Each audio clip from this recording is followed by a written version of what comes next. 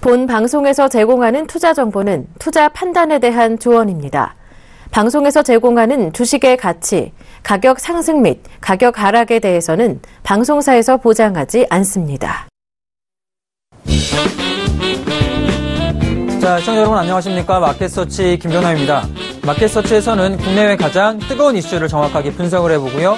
그 속에 나올 수 있는 수혜주와 그리고 김경남의 선택을 통해 단 한 종목을 추천을 해드리고 있는데요. 자, 오늘 저희가 알아볼 이슈는 바로 김영란법입니다. 추석을 앞두고 지금 굉장히 많은 이슈가 되고 있는 모습이죠. 이제 얼마 남지 않았는데, 자, 거기에 관련된 뉴스들이 지금 쏟아져 나오고 있습니다. 그렇다면 정확하게 김영란법이 어떤 법이고, 거기에 관련된 수혜주는 어떤 수혜주가 있을지 오늘 마켓서치에서 한번 알아보도록 하겠습니다. 자, 그리고 지금 금통위 발표가 나왔는데요. 금통위 발표도 어떻게 나왔는지 바로 한번 알아보도록 하죠. 자, 마켓서치 시작합니다.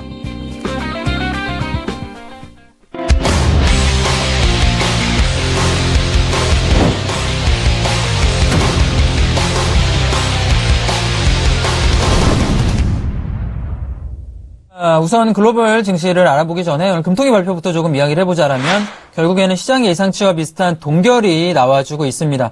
자, 두 번 연속 지금 동결이 좀 나와주고 있는 모습인데요. 지금 검색어 상위인 네이버 검색어 상위를 보자라면 종합주가 지수가 나와주고 있는 모습을 보여주고 있어요.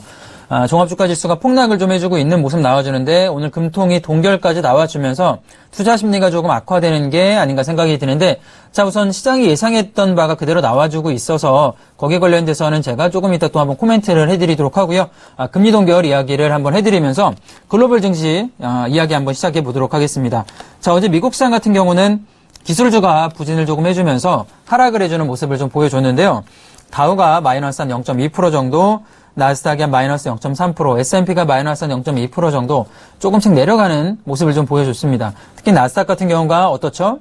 최근에 신고가를 돌파하는 모습, 강한 상승이 만들어지다가 어제 같은 경우는 자, 기술적으로 조금 부진한 모습을 보여주고 있는데, 우선 애플 같은 경우 어제가 저 이슈 시간에 알아봤지만 어땠나요? 결과적으로는 예상과 좀 다르지 않은 모습, 똑같은 디자인을 그대로 만들어주는 모습 보였는데 거기에 관련된 실망 매물이 나와주면서 마이너스 한 2.6% 정도 하락하는 모습 보여줬습니다.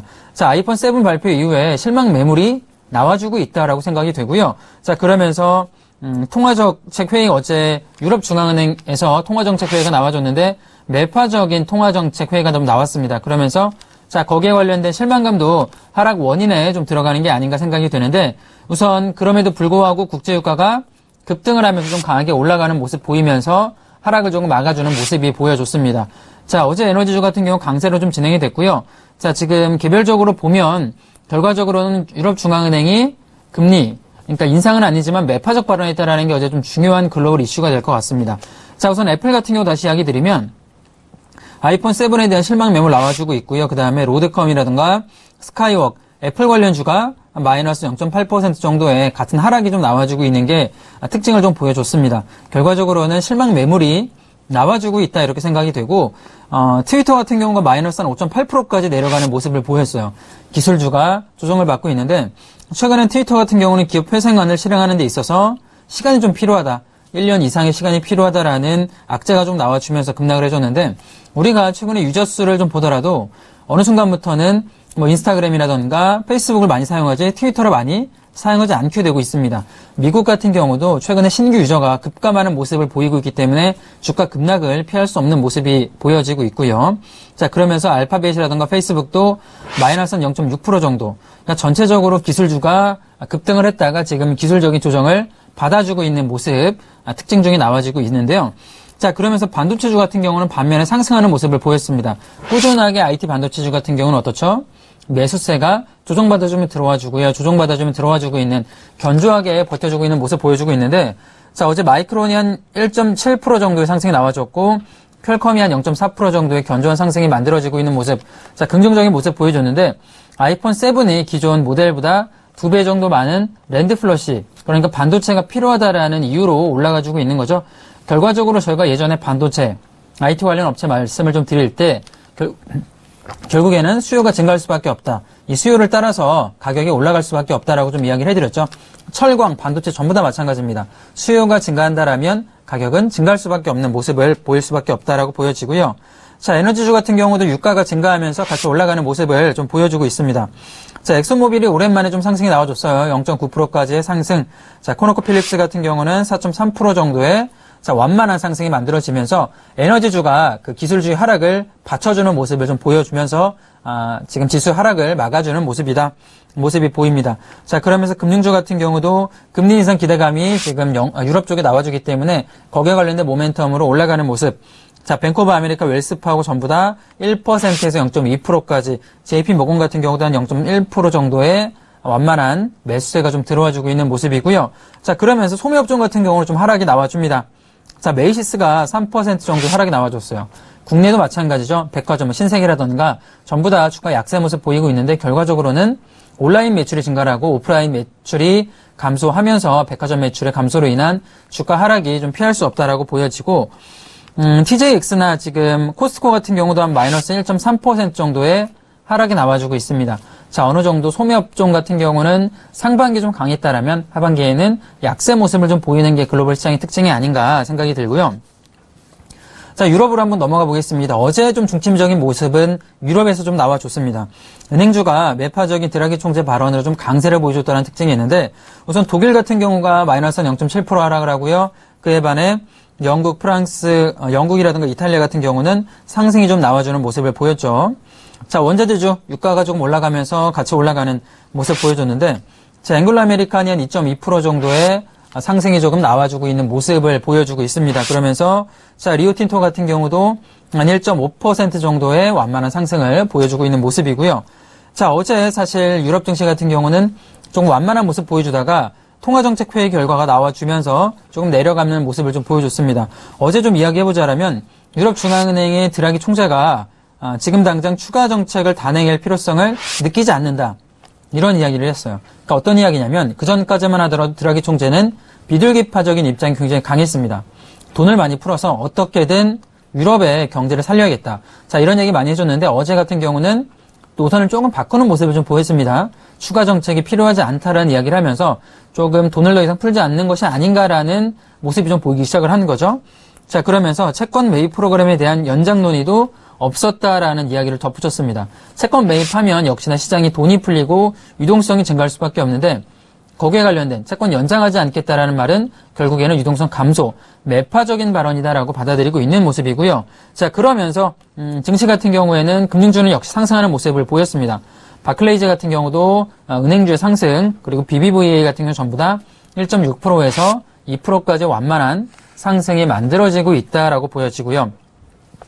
자, 드라기 총재 이런 좀 매파적인 발언이 결국에는 지수가 올라가는 상승세를 막아주는 모습을 보였다라고 결론이 나와줬어요. 자, 우선 유럽 통화정책회의 조금 더 이야기해드리면 2016년 GDP 성장률 같은 경우는 1.6%에서 1.7%로 살짝 상향 조정을 했습니다. 그러나 2017년과 18년 같은 경우는 1.6%로 하향 조정했는데 결과적으로는 유럽 쪽에서도 브렉시트가 통과됐기 때문에 거기에 관련된 영향으로 어느 정도는 GDP도 악영향을 받을 수밖에 없다라고 보여지고 있는 거죠.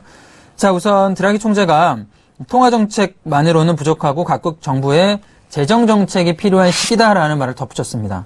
이게 어떤 이야기냐면 더 이상 통화정책으로만은 좀 부족하다라는 거죠. 재정정책을 펼쳐서 조금 유동성을 공급을 해야 되는 건데 좀 적극적인 재정정책이 이번에 G20 회담에서도 각국 정상들이 나왔던 이야기와 일맥상통하다라고 볼 수가 있어요. 통화정책, 그러니까 뭐 저금리 기조로 진행되는 건 이제는 어느 정도 한계에 조금 도달한 게 아닌가라고 보여진다라고 지금 판단이 되는 거고요. 결과적으로는 정부 차원에서 적극적인 재정정책을 사용을 해야 될 타이밍이다라고 지금 판단이 됩니다. 결과적으로는 매파적 발언했지만 뭐 금리 동결한다거나 금리 인상 발언은 없었다라는 거죠. 자, 제 생각에는 유동성은 결국에는 점점 더 증가할 수밖에 없는 분위기가 막힌 모습은 아니다라고 보여집니다. 자, 그러면서 유가가 어제 급등을 해줬어요. 어제 미국 에너지정보청에서 원유 재고 보고서를 발표를 했는데 어떻게 됐죠? 1,450만 배럴이 재고가 감소를 했습니다. 이거 굉장히 큰 폭의 감소가 나와준 거고요. 그러면서 유가가 상방으로 좀 급등해주는 모습을 보여줬는데 1999년 1월에 이후에 최대 감소폭이 발생이 되고 있습니다. 제가 아까 이야기드린 대로 이 정도의 재고 감소는 굉장히 큰 폭이다. 결국엔 유가가 강하게 올라가는데 가장 좀 큰 영향을 미치고 있다라고 보여지고요. 감소 원인을 조금 살펴보자라면, 자, 멕시코만과 플로리다를 강타한 허리케인 영향으로 인해서 지금 유가가 재고 감소가 좀 나와주는 모습, 그리고 중국 쪽에서 얼마 전에 제가 얘기 드렸지만 서비스업 지수, 제조업 지수가 어땠죠? 나쁘지 않은 모습을 보여주고 있습니다. 꾸준히 올라가는 모습을 보여주고 있는데요. 자, 위안화 약세를 통한 정부 정책으로 인해서 결국에는 서비스업과 제조업이 중국 쪽에서 살아나는 모습. 자, 이런 모습을 통해서 유가 수입, 원유 수입 같은 경우 중국이 8월 같은 경우 25%가 증가하는 지표가 나와주고 있어요. 결과적으로는 공급이 어땠죠? 허리케인으로 인해서 감소해주고 있는 모습, 재고가 감소를 해주고요. 수요가 중국 쪽에서 발생이 되는 모습 보이면서 수요와 재고의 문제로 인한 유가 상승이 만들어지고 있는데, 자, 유가 지금 모습 차트 한번 보도록 할게요. 지금 제가 급등락이 좀 반복이 되고 있는 게 유가 모습이다라고 말씀드렸는데, 자, 이번에 모습 보면 어떤가요? 자, 하단으로 지금 43불까지 내려왔다가 어떻죠? 오늘 47불까지 한 4%가 지금 올라가는 모습을 보여주고 있습니다. 급등락이 굉장히 많이 반복을 되고 있어요. 하단 내려가면은 거의 한 3% 정도, 4% 정도 내려가고요. 올라갈 때도 3, 4% 정도의 급등락 반복되기 때문에, 자, 이런 모습을 조금 보자라면 역시 유가는 오펙 회의가 좀 진행되기 전까지는 변동폭이 굉장히 클 수밖에 없다라고 생각이 되고요. 자, 제가 유가 같은 경우는 뭐 금도 마찬가지지만 ETF 인버스라든가 매수 포지션을 좀 추천을 드릴 겁니다. 하지만 지금 자리는 변동폭 워낙에 크고 방향성이 정해지지 않은 자리라 관망이 조금 유리해 보인다라고 생각이 들어요. 신규 포지션 진입보다는 지금 관망하면서 어느 정도는 정책 방향이, 오펙 정책이 좀 자리 잡을 때까지는 기다리는 모습이 유효하지 않나 생각이 됩니다. 자, 전체적인 글로벌 증시 한번 살펴봤고요. 지금 국내 증시가 좀 내려가는 모습 보이는데, 자, 국내 증시 흐름을 한번 좀 살펴보도록 하겠습니다. 자, 우선 종합주가 지수가 1.4%나 하락을 하고 있는 모습을 보여주고 있어요. 생각보다는 좀 강하게 하락을 해서 2034포인트까지 내려가는 모습 보여주고 있고, 거의 한 30포인트가 내려가고 있는데, 자, 우선은 어떤 이유로 좀 내려가나 살펴보면, 자, 수급을 한번 살펴볼게요. 자, 외국인과 기관이 400억 정도의 순매도가 나와주고 있고, 자, 어제 어떤 일이 있었죠? 옵션 만기일이었죠? 어제 옵션 만기일이 끝난 이후에 오늘 외국인의 포지션이 새롭게 세팅이 되고 있는데, 선물 포지션이 지금 장초반임에도 불구하고 4,700억 정도의 매도가 나와주고 있어요. 자, 외국인이 지금 순매도가 선물 포지션 지금 보면 하단에 그래프가 내려가고 있는 게 보이죠? 4천억가량의 선물 매도를 만들면서 지수를 지금 급락을 시키고 있는 모습이 보여집니다. 결국에는 외국인의 선물이 어제 옵션 만기가 끝나고 오늘 새롭게 세팅이 되는데 하방으로 조금 보면서 그리고 있다라는 모습이 눈에 띄고요. 수급 같은 경우도 개인을 제외한 외국인과 기관의 매도가 나오고 있기 때문에 받쳐주기보다는 좀 밀리고 있는 모습이 보여진다라고 눈에 띄입니다.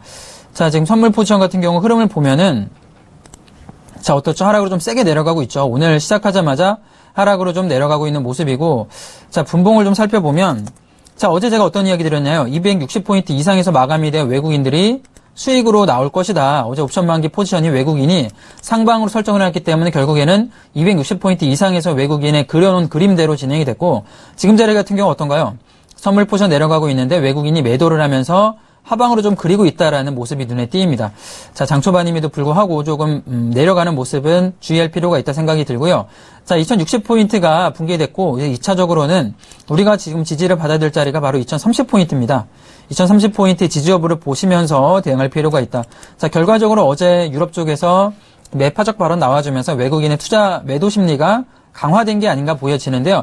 자, 이런 변동성을 통해서 결국에는 꾸준하게 올라가는 흐름이 만들어지지 않을까 생각이 됩니다. 지금 자리가 오늘 좀 급락이 나온다고 해서 걱정하시거나 물량을 조금 뺏기기보다는 지금 자리는 제가 계속 이야기하지만 저점근 내려온 종목, 특히 실적이 나와주는 종목을 분할 매수하는 전략으로 조금 대응해 본다라면 10월까지 올라가는 장세에서는 수익 가져올 수 있다라고 보여져요. 자, 코스닥 같은 경우도 한번 볼게요. 특징주는 한 번에 조금 보도록 하고요. 코스닥 같이 한번 보도록 하겠습니다. 자, 지금 코스닥 같은 경우도 역시나 한 1% 정도의 하락이 나와주는 특징이 보여집니다.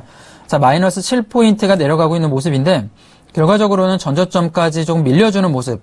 자, 660포인트를 지금 살짝 깨줬는데 수급 살펴보자라면 아까 보신 대로 어떻죠? 코스닥 같은 경우도 마찬가지로 개인이 한 200억 정도 매수해주고 있고 기관과 외국인이 같이 매도해주고 있는 흐름을 보여주고 있습니다. 받쳐주는 세력이 없기 때문에 지금 주식이 밀리고 있는 모습이고요. 분봉 상태로 보더라도 어제 종가에선 관리해주는 모습이 나왔지만 결국에는 다시 한번 내려가고 있는데 자, 1차적으로는 660포인트 지지 여부가 중요한데요. 오늘 종가 부근에 어떻게 조금 받쳐질지 그리고 최소한 전저점이한 포인트였던 이날이었죠. 자, 657포인트는 지지를 좀 받아줘야 올라가는 패턴이 나올 수 있기 때문에 그 점도 한번 보시면서 대응할 필요가 있다라고 생각이 들어요. 자, 우선은 특징주 한번 또 살펴보도록 하겠습니다. 자, 종목이 어떤 게 있는지 특징주를 한번 좀 살펴보도록 할게요. 자, 우선은 보성파워텍을 한번 보도록 하겠습니다. 자, 보성파워텍을 보도록 할게요.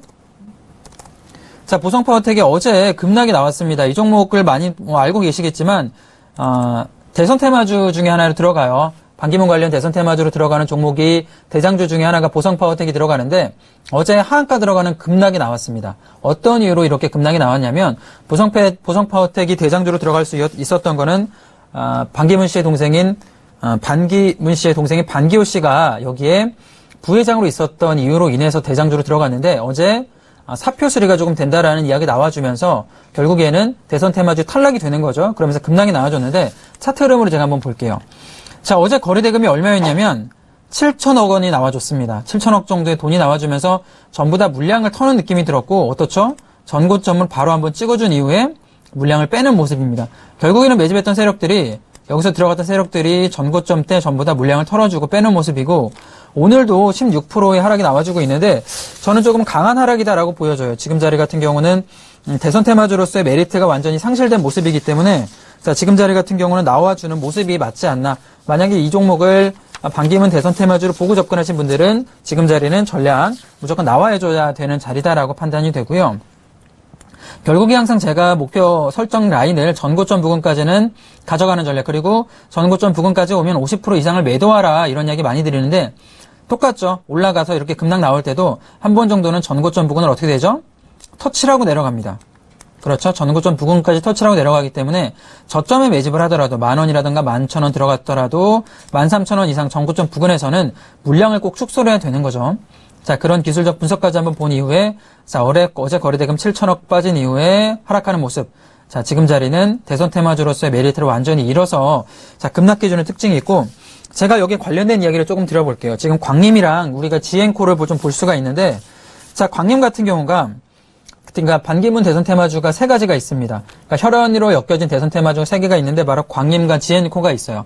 광림 같은 경우는 자, 반기호 씨의 사회이사로 지금 들어가 있는 종목군 중에 하나고 지앤코 같은 경우는 외조카인 장지혁 대표가 있는 종목인데 사실 여러 가지 인맥주 중에서는 뭐 동문 그리고 뭐 동창 뭐 이런 식으로 많이 엮이지만 혈연 관련 인맥주는 이 세 가지밖에 없는데 제가 광림을 한번 볼게요. 주가 흐름을 한번 보겠습니다. 자, 광림 같은 경우 어제 어떻죠? 오히려 급등이 나와줬죠. 그러니까 보성파워텍에 나왔던 물량들이 광림이라던가 지앤코 쪽으로 몰려가는 흐름을 좀 보여주고 있는 게 현재 특징이 아닌가라고 생각이 됩니다. 자, 투자분들도 오늘 지앤코 급등해주죠.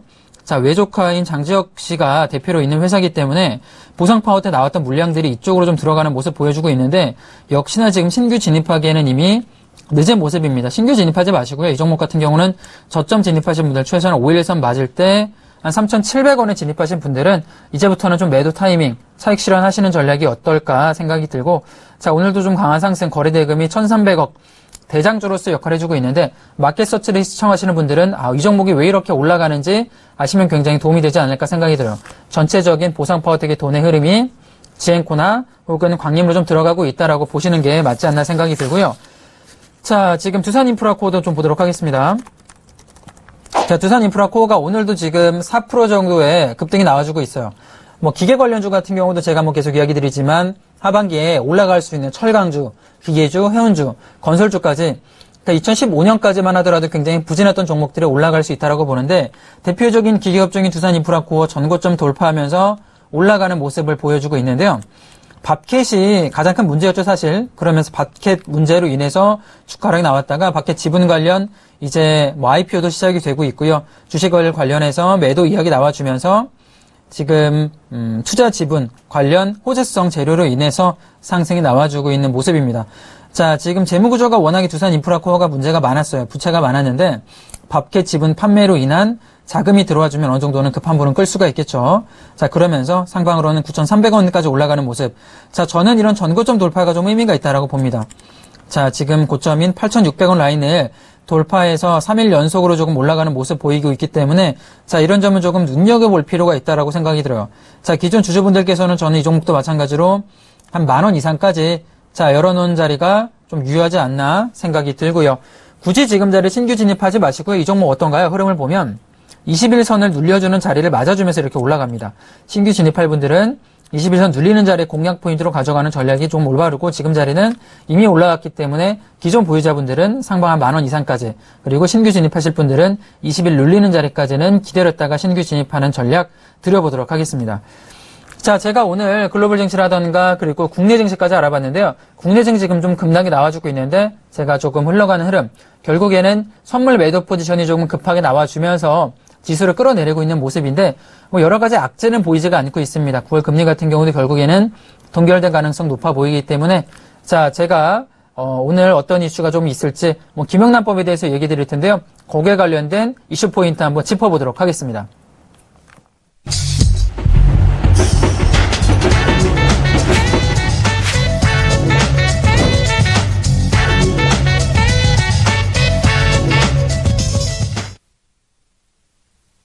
자, 지금 오늘 제가 김영란법에 대해서 이야기를 한다라고 말씀드렸는데요. 김영란법이 왜 요새 이슈를 이렇게 받고 있을까요? 바로 다음 주 추석을 앞두고서 이렇게 조금 모멘텀을 받고 있는 게 아닌가 생각이 됩니다.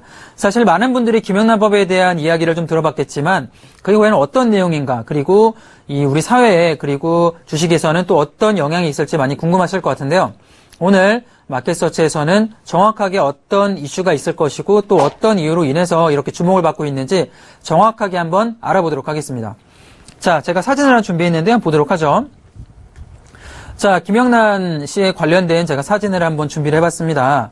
어떤 이야기를 통해서 이렇게 김영란법이 준비가 되고 있는지 좀 설명을 드리면 뒤에 이런 이야기 나오죠. 억울함이 없는 나라, 공정한 사회를 글자는 조금 흐리지만 이런 이야기 나와주고 있는데 결국에는 공정한 사회를 만들기 위해서 김영란법이 제정이 되고 있는 모습이고요.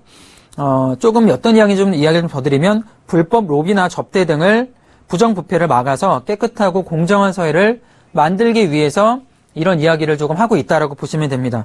결과적으로 본 명칭은 현재는 김영란법이라는 이름으로 명칭되어 있지만 원래 명칭은 부정청탁 및 금품 등의 수수 금지에 관한 법률입니다.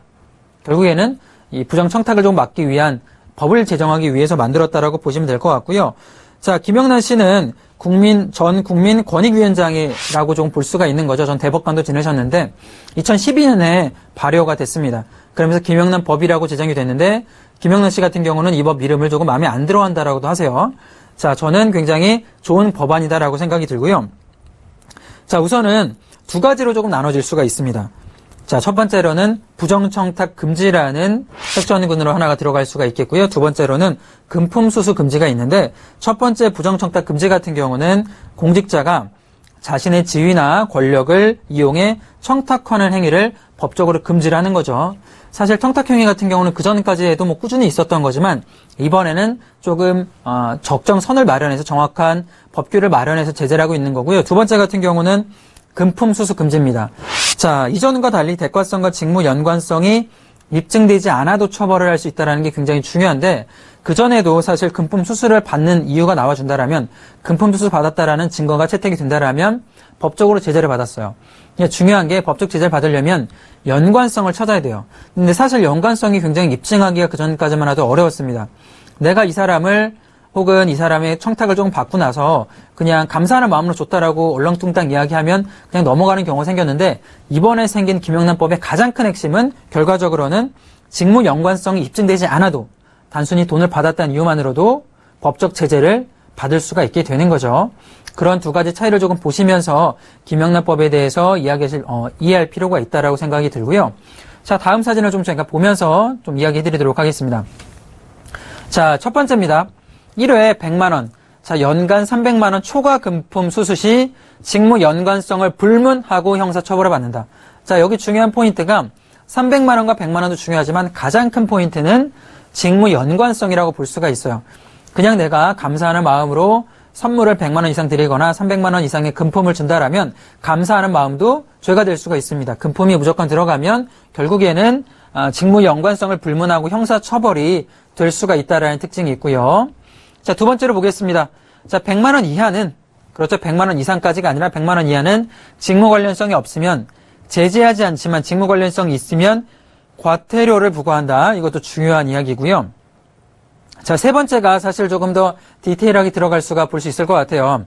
자, 원활한 직무수행, 사교, 의뢰, 부조 등은 음식은 3만 원, 선물은 5만 원, 경조사비는 10만 원으로 이렇게 구체적으로 나눠놨습니다. 자, 음식 같은 경우는 1인당 요새 한창 말이 많죠? 3만 원 이상을 먹으면 안 되는 거죠. 제가 누가 밥을 사줄 때도 3만 원 이상의 밥을 사준다라면 문제가 생기게 되는 거고, 선물 같은 경우는 정확하게 5만 원으로 이제 설정이 되어 있습니다. 뭐 어린이날 같은 경우 혹은 뭐 스승의 날 같은 경우도 선생님들한테 선물 많이 드리죠. 뭐 화장품 같은 경우도 드리고요. 뭐 어머니들이 뭐 상품 같은 경우 드리는데 정확하게 5만 원 미만으로 설정이 되어 있습니다. 많은 분들이 뭐 상품에 대해서 좀 부담스러워할 수가 있는데 법적으로 이제 5만 원 미만이기 때문에 정확한 기준이 잡혔다라고 볼 수가 있는 거고요.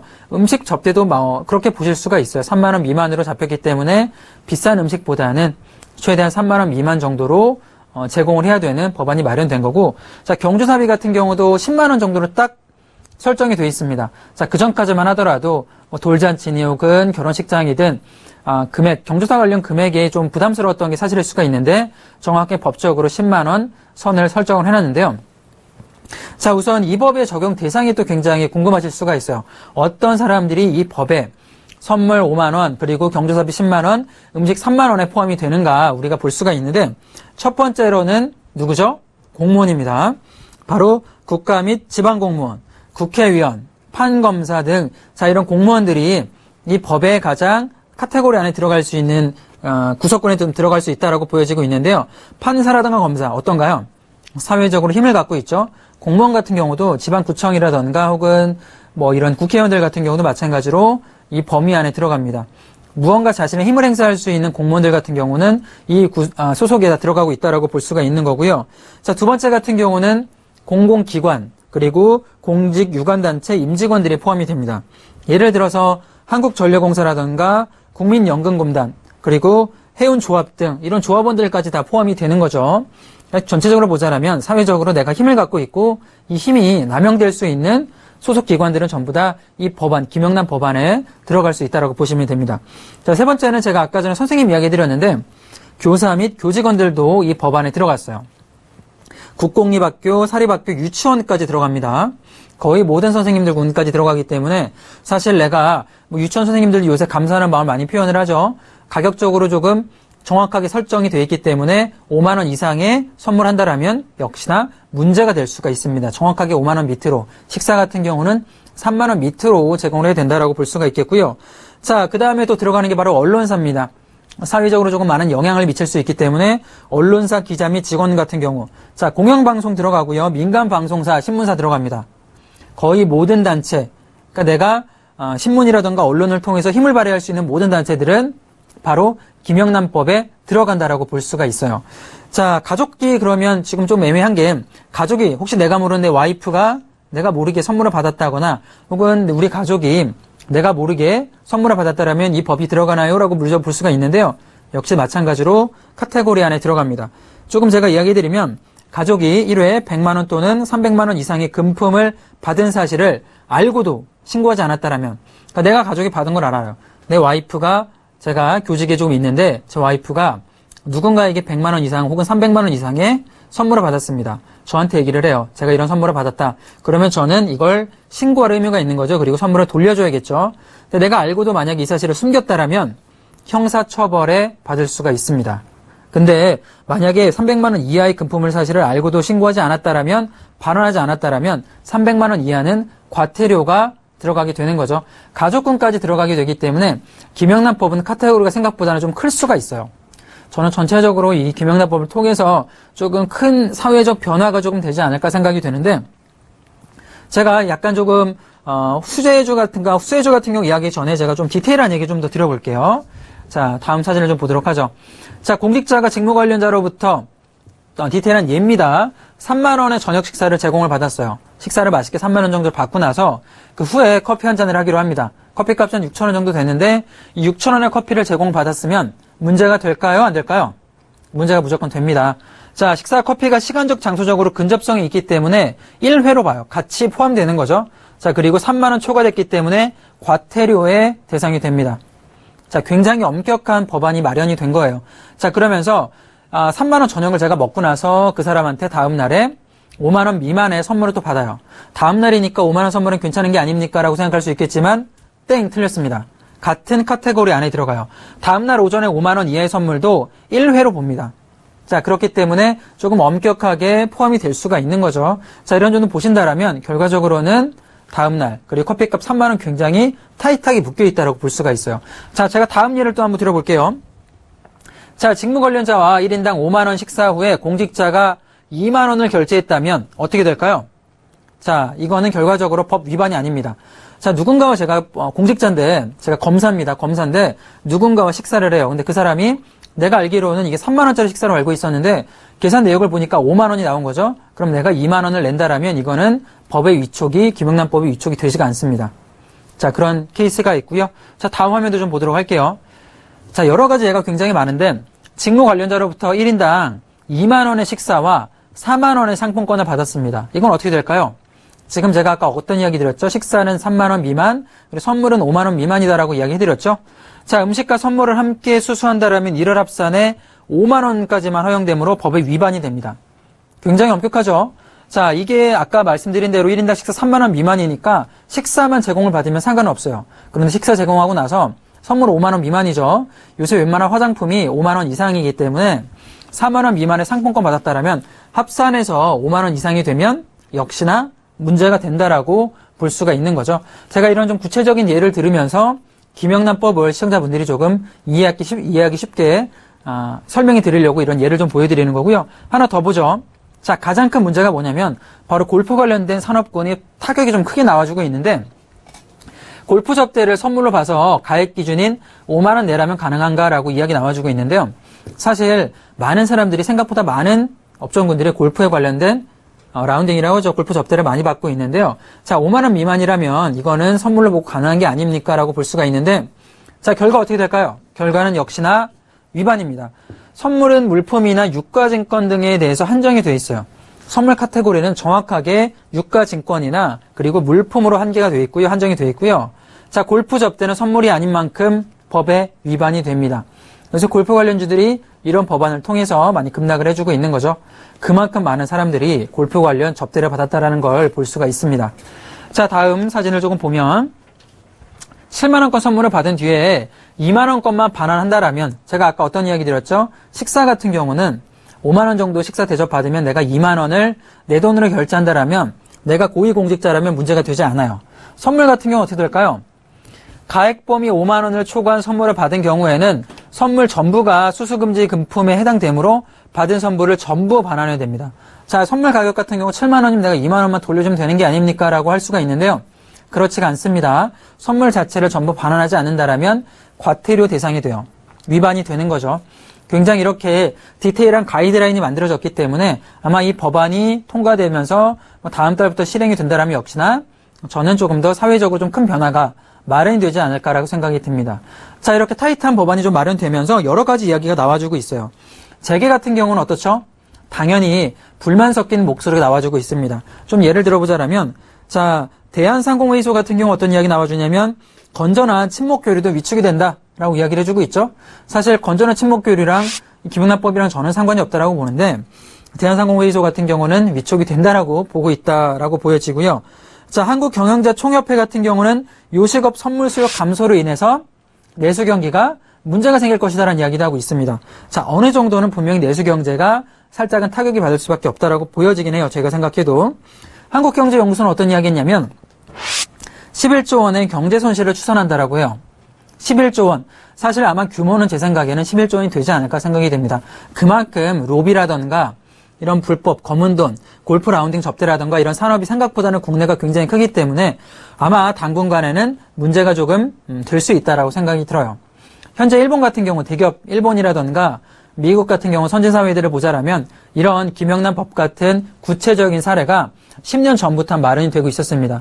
자, 결과를 보자라면 1년 정도는 분명히 내수경제에 어느 정도는 타격을 입었던 게 확연하게 판단이 돼요. 하지만 결과적으로 보자라면 조금 더 건전한 증시 사회라든가 사회 문화가 좀 만들어지면서 저는 주주들의 환원 정책에 조금 더 도움이 될 수밖에 없다라고 생각됩니다. 자, 우리가 소액 주주이기 때문에 저는 이런 깨끗한 기업 문화가 만들어진다라면 결과적으로 검은 돈에 들어가는 혹은 부정 로비 청탁으로 들어가는 돈들이 소액 주주들, 이런 시청자분들한테, 개인분들한테 돌아갈 수 있다라고 저는 보고 있고요. 자, 조금 더 이야기를 해보도록 하겠습니다. 제가 악재와 호재를 조금 이야기를 해드리려고 해요. 구체적으로 악재 부분은 많이 나와주고 있는데 어떤 악재 종목군이 좀 들어가는지 천천히 좀 이야기를 해드리면 분명히 수요 악재가 존재하는데 첫 번째로는 역시나 어떤 업종군일까요? 고급 서비스를 제공하는 업종군들이 문제가 될 수밖에 없겠죠. 검은 돈, 로비라는 가장 큰 업종 중에 하나가 바로 골프장입니다. 골프장 같은 경우는 CNS 자산관리 같은 경우가 대표적으로 골프장 산업을 추진을 해서 주가가 폭등했던 모습 가져갔는데 골프장 산업군의 타격은 저는 피할 수 없다라고 봅니다. 분명히 지금 라운딩 예약 같은 경우도 급감해서 감소하고 있다라는 발표가 나와주고 있는데요. 당분간은 타격을 피할 수가 없다라고 생각이 돼요. 자, 그러면서 고급 리조트 같은 경우도 마찬가지로 예약률이 감소하고 있는 뉴스가 나와주고 있습니다. 자, 에머슨 퍼시픽 같은 회사 같은 경우도 역시나 악재로 들어갈 수가 있는 거죠. 자, 두 번째 같은 경우는 주류 같은 경우도 마찬가지로 악재군에 좀 들어간다라고 보여집니다. 하이트 진로가 될 수가 있는데요. 아무래도 로비라던가 혹은 저녁에 법인카드 이용을 해서 회식 자리를 많이 갖기 때문에 결국에는 회식 자리가 조금 줄어들 수밖에 없다라고 단기간에 좀 보여지기 때문에 주류 업종 같은 경우도 김영란 법에 조금 매출의 감소 포인트가 나오지 않을까 생각이 들고 세 번째 같은 경우는 화장품 업종군에 좀 들어갑니다. 자, 아모레퍼시픽이라던가 LG생활건강 같은 경우는 최근에 어떻죠? 여성분들 화장품이 5만 원 정도는 전부 다 초과를 합니다. 기초 로션을 제외하고 나서는 거의 다 5만 원 이상 초과하기 때문에 우리가 예전에 선생님들이라던가 여성분들이 선물 드릴 때 화장품을 가장 많이 이용을 했죠. 그렇기 때문에 이번에 가장 큰 타격을 화장품 업종 같은 경우도 아마 받게 되지 않을까. 자, 악재 업종군에는 역시나 화장품 산업군이 들어갈 수밖에 없다라고 보여지고요. 자, 그 다음에 어떤 게 있을까요? 백화점 같은 경우도 마찬가지겠죠. 자, 추석이라든가 설 선물 백화점 가면 얼마 정도 할까요? 가격이 기본적으로는 10만 원 이상을 합니다. 최소한 5만 원 이상을 다 하죠. 이런 선물 같은 경우도 아마 김영란법이 시작이 되면 감소할 수밖에 없습니다. 결국에는 롯데쇼핑이라든가 신세계, 현대백화점 같은 경우도 이런 악재, 김영란법의 악재군에 들어가면서 주가 하락 포인트를 좀 피할 수 없다라고 좀 생각이 들고요. 자, 건강식품 같은 경우도 들어가는데 KTNG가 들어갑니다.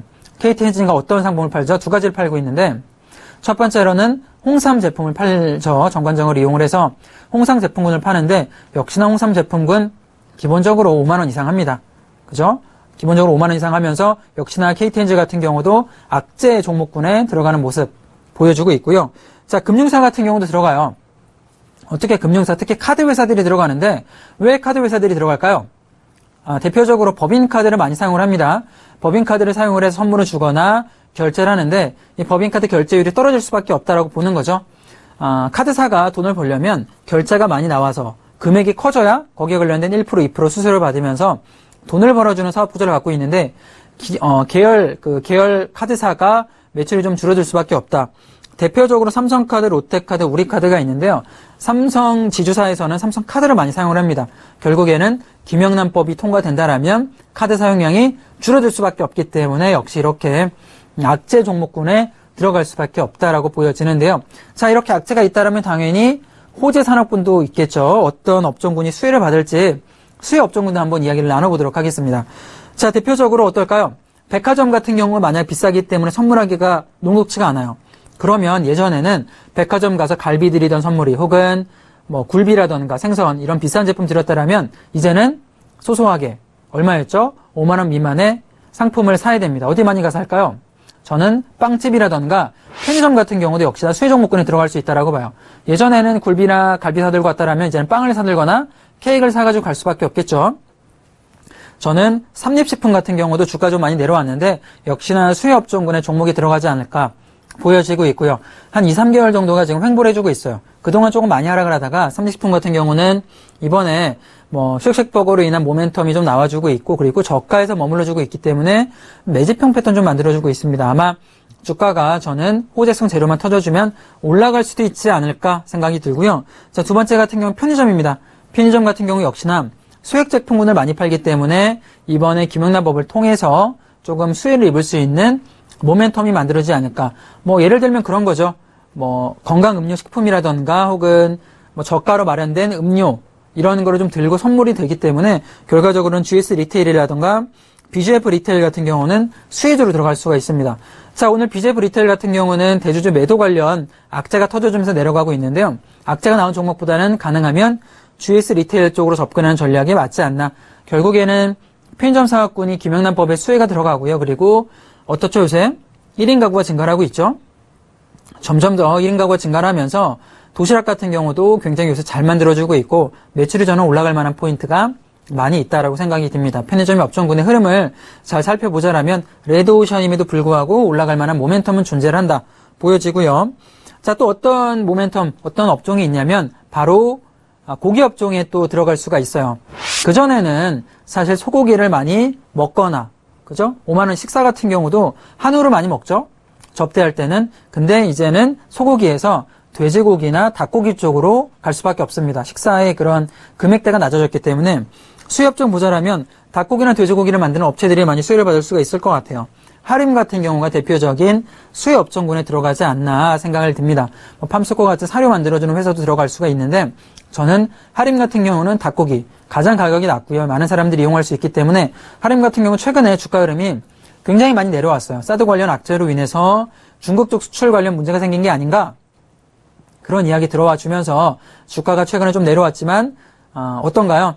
한 2, 3일 동안은 반등이 저점에서 만들어지고 있는 모습이 보여지고 있습니다. 하림 같은 경우는 주가 내려왔다가 봉을 만들어주면서 급등을 한 번씩 해주는 전형적인 패턴을 만들어주기 때문에 지금 자리 같은 경우는 김영란법이 진행되면 이런 모멘텀 그리고 주가가 충분히 내려와주면서 저점에서 반등 나와주고 있기 때문에 자 그런 모습 보면서 한번 하림 같은 경우도 관심 종목으로 접근해보는 전략도 충분히 유효하다 그렇게 생각이 들고 자 그리고 예전 같으면 골프장 제가 아까 얘기드렸죠. 골프장에서 골프 접대하고요. 술 한잔 한잔 했다라면 어떤 식으로 기업 문화가 변화가 된다라면 바로 스크린 골프 대체하는 거죠. 혹은 아니면 영화를 본다거나 이런 식으로 가격대 맞게 좀 변화가 나올 수 있는 새로운 접대 문화가 변화가 될 수 있다. 그렇게 보자라면 CJ, CJV거나 그 다음에 골프존 같은 경우도 들어갈 수가 있겠죠. 사실 라운딩을 하다가 스크린 골프가 말이 안 된다라고 볼 수가 있겠지만 결과적으로 보자라면 매출은 좀 증가할 수 있는 포인트가 될 수가 있습니다. 자, CJ, CJV 같은 경우는 사실 지금 거의 뭐 독점하다시피 하고 있어요. 국내 영화 시장을. 그럼에도 불구하고 주가가 어떻죠? 최근 하락폭이 생각보다 굉장히 많이 내려갑니다. 신규로 접근하기는 조금 부담스럽게 내려갈 수가 있지만 중장기로 보자라면 우리가 주봉을 보면 접근해 보자라면 지금 자리는 정확한 매수 타이밍이 될 수가 있어요. 시야를 좀 길게 보시고 결과적으로는 독점적 지위 그리고 김영란법의 수혜를 통해서 올라갈 수 있는 모멘텀 마련된다라면 저는 CCV 같은 경우도 중장기로 마음 편한 투자가 지금 자리는 가능하지 않나 낙폭과대로 한번 매수를 한번 해볼 만한 자리가 아닌가 생각이 들고요. 자, 그 다음에 선물당 단가가 내려가면서 어떻게 되죠? 수량은 늘어날 수밖에 없다라고 생각이 돼요. 단가 내려가니까 예전에는 큰 거 한 개 선물했다라면 지금은 소소하게 한 두세 개 정도로 선물을 하는 거죠. 자, 그러면서 포장재라든가 운송주 같은 경우도 마찬가지로 수혜를 받을 수가 있습니다. 포장재 같은 경우도 예전에 택배박스 하나였다라면 두세 개 증가를 하는 거고요. 운송업체 같은 경우도 예전에 택배를 한 개 정도 큰 걸로 보냈다라면 작은 거 두세 개 정도를 보내는 걸로 분할이 될 수가 있는 거죠. 자, 이렇게 제가 수요업종과 악재업종까지 좀 이야기해드렸는데 저는 결과적으로 그렇게 생각을 합니다. 단기적으로는 분명히 어느 정도 악재가 될 수가 있어요. 그죠? 매출이 좀 감소를 한다거나 악재 포인트가 될 수 있겠지만 우리 소액주주들의 입장에서 보자라면 시청자분들의 입장에 보자라면 조금 더 공개적인 결국에는 예전에 로비로 사용됐던 검은 돈들이 개별 기업군들이 그런 검은 돈들이 주주 환원이 될 수 있다라고 봐요. 큰 게 길게 보자라면 크게 보자라면 저는 김영란법을 통해서 주액주주들한테 이점될 수 있기 때문에 그 점도 한번 유의 깊게 보시면서 대응해 볼 만하다라고 생각이 듭니다. 자, 그렇다면 이 수요업종군 중에 김경남의 선택이 어떤 종목이 있는지 김경남의 선택 보도록 하겠습니다.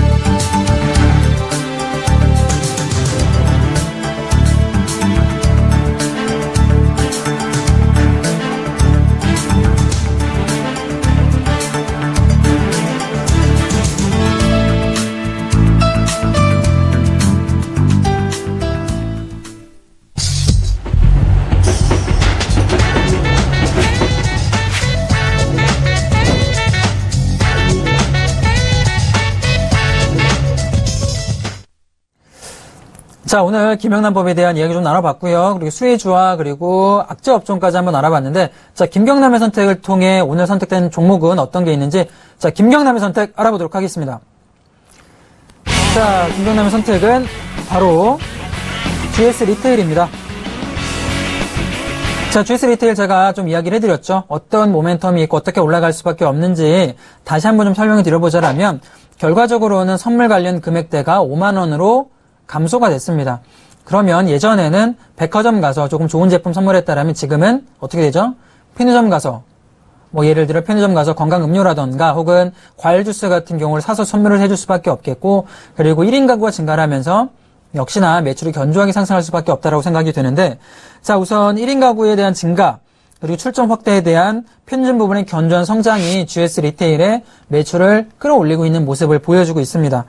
GS 리테일 같은 경우는 두 가지 업종군이 나눠져요. 첫 번째로는 GS 25시를 통한 편의점 사업군이 있고요. 그 다음에 GS 슈퍼마켓을 통해서 슈퍼마켓 산업까지 같이 진출해서 대응을 하고 있는데, 두 업종군 다 좀 최근에 견조하게 상승이 나와주고 있는 모습을 보여주고 있고, 특히 슈퍼마켓 같은 경우는 매출이 최근에 좀 급증해주는 패턴을 보여주고 있습니다. 차트 보면서 주가 흐름도 한번 보도록 하죠. 자, 차트를 제가 GS 리테일 길게 보겠습니다. 어떻죠? 2015년에 주가 많이 올라왔죠? 상대는 올라왔다가 최근에는 저점 다져주면서 횡보 기간이 좀 길어지고 있는데, 거의 한 1년 반, 2년가량을 멈춰주는 모습을 보여주고 있어요. 나쁘지 않은 패턴이다라고 보여지고요. 자, 지금 고점을 충분히 찍어준 이후에는 횡보권이 길어졌고 하단에 크게 내려가는 모습은 보여주지 않고 있습니다.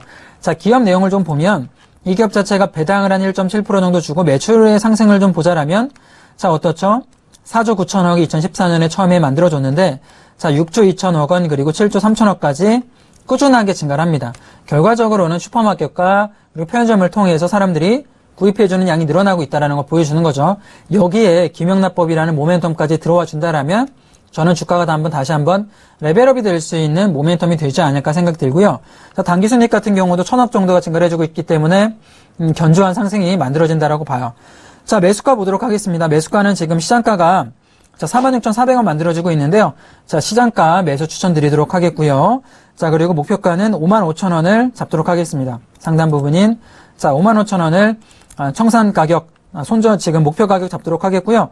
손절 가격은 하단에 있는 4만원을 잡아보도록 할게요. 자, 지금 가격대에 좀 진입해본다라면 저는 충분히 손절을 당하지 않고 충분히 매출이 증가되고 그리고 김영란법의 모멘텀을 통해 수익 가져올 수 있는 자리다라고 생각 들고요. 55,000원만 돌파된다라면 2차적으로는 정고점 부분이 6만원 이상까지도 한번 보는 전략 충분히 가능하다. 1년 정도 박스권 만들었기 때문에 이 박스권 안에서는 충분히 박스권 저점 모멘텀으로 인해서 대응해 볼 만하다라고 생각이 됩니다. 자, 오늘 전체적으로 제가 김영란법에 대해서 설명을 조금 천천히 해드렸고요. 그리고 김경남의 선택을 통해서 GS 리테일이란 기업까지 추천을 해드렸는데, 오늘 지금 코스피가 좀 내려가는 모습 보여주고 있습니다. 결과적으로는 이런 변동폭을 통해서 시장은 진행되기 때문에 종목이 조금 내가 GS 리테일이나 이런 종목군들, 제가 예전에 추천해드린 현대제철처럼 올라갈 수밖에 없는 업종 그리고 매출이 증가할 수밖에 없는 업종을 진입해 있다라면 너무 불안하지 마시고요. 이런 증시의 흐름을 당연하다게 여기시고 받아들이면 충분히 올라가는 상승장에서는 수익을 가져올 수 있다라고 판단이 됩니다. 자, 마켓 서치를 통해서 이런 업종군의 공부라던가 큰 그림을 그려가는 시간을 좀 가졌으면 좋을 것 같고요. 자, 저는 다음 주 월요일날 조금 더 알찬 내용을 갖고 찾아뵙도록 하겠습니다. 자, 시청해주신 여러분 감사합니다.